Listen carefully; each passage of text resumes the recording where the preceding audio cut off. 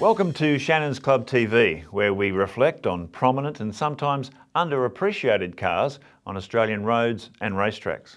Join us as we examine the defining points of our feature car and take a drive with a proud owner in a well-preserved example. We'll also get some expert advice from the Shannons auctions team on what to look out for. In today's episode, the Japanese roadster which changed perceptions of British superiority in sports cars, the Datsun Fairlady. Nissan showed its Fairlady 1500 Roadster at the 1961 Tokyo Motor Show, the year before the MGB's debut. Arguably, both cars were underpowered for sports cars driving into the swinging 60s, but only one of these two manufacturers would remedy that shortfall within the decade.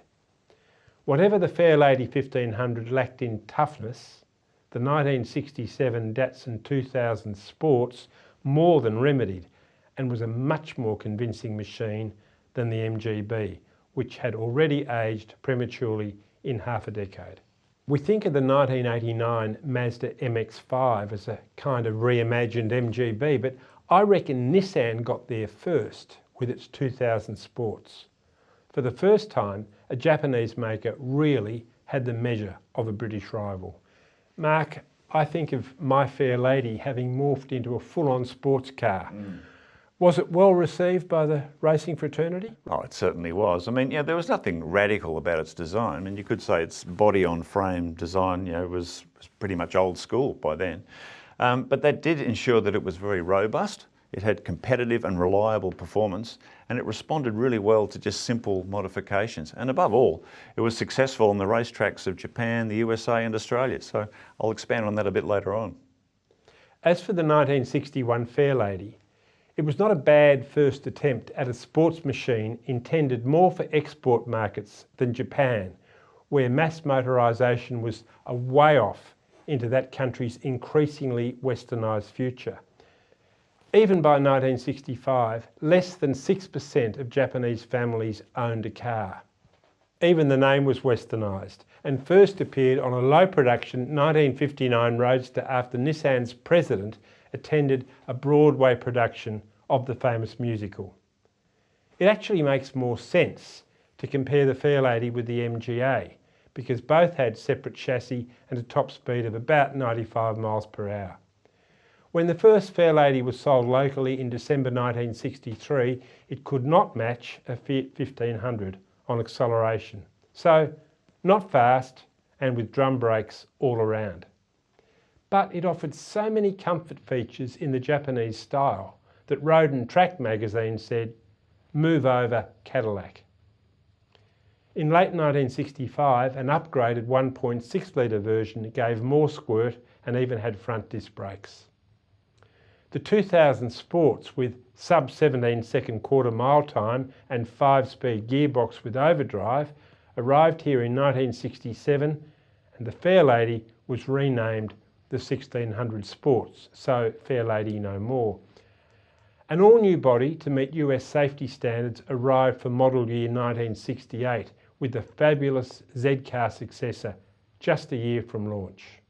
Mark, do you agree that the Fairlady and 2000 Sports are best understood now as the forerunners to the 240Z? Oh, without a doubt. And they couldn't have provided a better lead-in for the Z-cars, given their huge success in production sports car racing.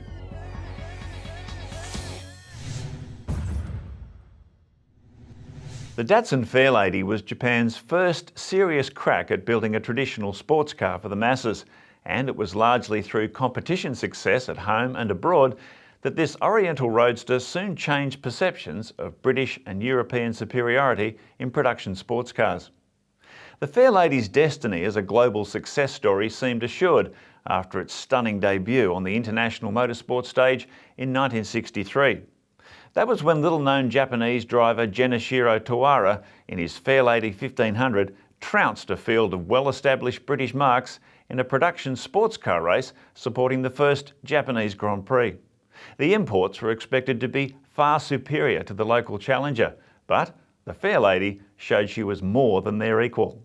In the USA, Nissan's most lucrative export market, the Fairlady continued its winning ways against British brands in the 1960s, thanks largely to the efforts of East Coast-based Bob Sharp. In 6 consecutive seasons, he won numerous SCCA divisional and national championships in all 3 variants, known in the US as the Datsun 1500, Sports 1600 and 2000 Sports. California-based Brock Racing Enterprises also enjoyed success with these roadsters before both teams switched to the all-new Datsun 240Z for the 1970s. John, given this car was made for export markets, it's amazing how those markets, how quickly they embraced this car. It was something quite different, wasn't it? Well, it was like a beautiful, delicate little toy. I mean, you open the bonnet and everything's so beautiful, and it's got the push-button radio, and the finish everywhere you looked in that car, comparing the finish of it with, say, an MGB, they were poles apart. It was amazing, wasn't it? Because people, Japan really snuck up on the world in the 1960s. They came out of that rubble of World War II, and then all of a sudden they started churning out these amazing products, and the Fairlady was a classic example of that. It certainly was. Yeah, good stuff. The Fairlady also proved a popular choice for production sports car races in Australia, attracting a broad spectrum of drivers from weekend club races to factory-backed professionals. It also responded well to performance upgrades and provided a compelling alternative to the traditional British marques, as shown by the 2000 Sports shed by David Mingay and Richard Carter, which by the late 1960s had become a consistent threat to Ross Bond's dominant Austin Healey 3000. The biggest name to campaign Fairladies during this era was multiple Australian Grand Prix winner Doug Whiteford, who raced both 1600 and 2000 roadsters under the factory-backed Datsun Racing Team banner. Some of his most impressive results came in the annual Endurance Classics held at Surfers Paradise Raceway, highlighted by the 2000 Sports' stunning third outright in the 1968 Surfers 6 Hour, when it was beaten only by exotic Lotus and Ferrari rivals. It really was a lot of sports car for the money. Remember, you can build your own virtual garage on the Shannons Club website.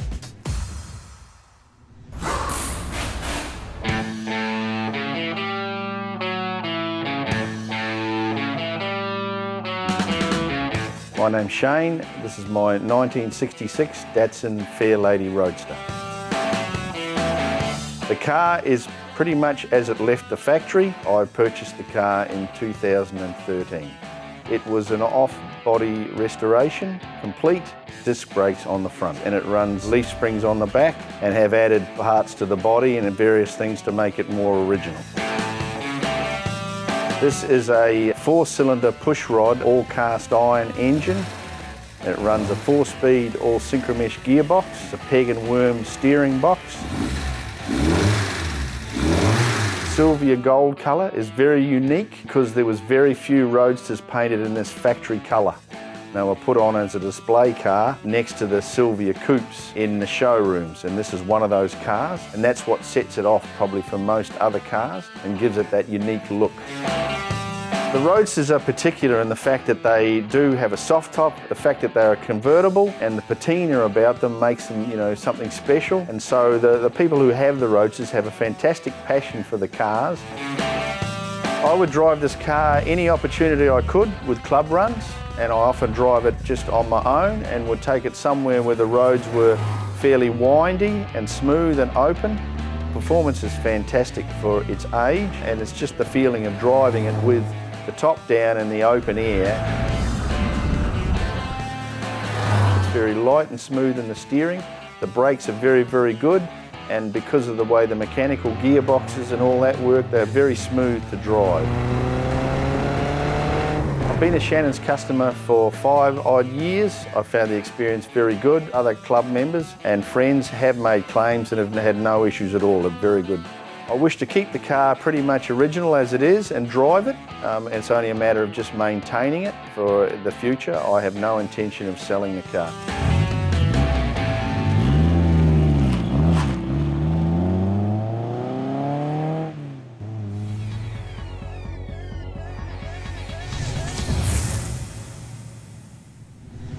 Shannons National Auctions Manager Chris Borobon has dropped by to bring us right up to speed on the Datsun Fairlady. Welcome, Hi, mate. Mark. How are you? Hey, John. The Datsun Fairlady, Chris.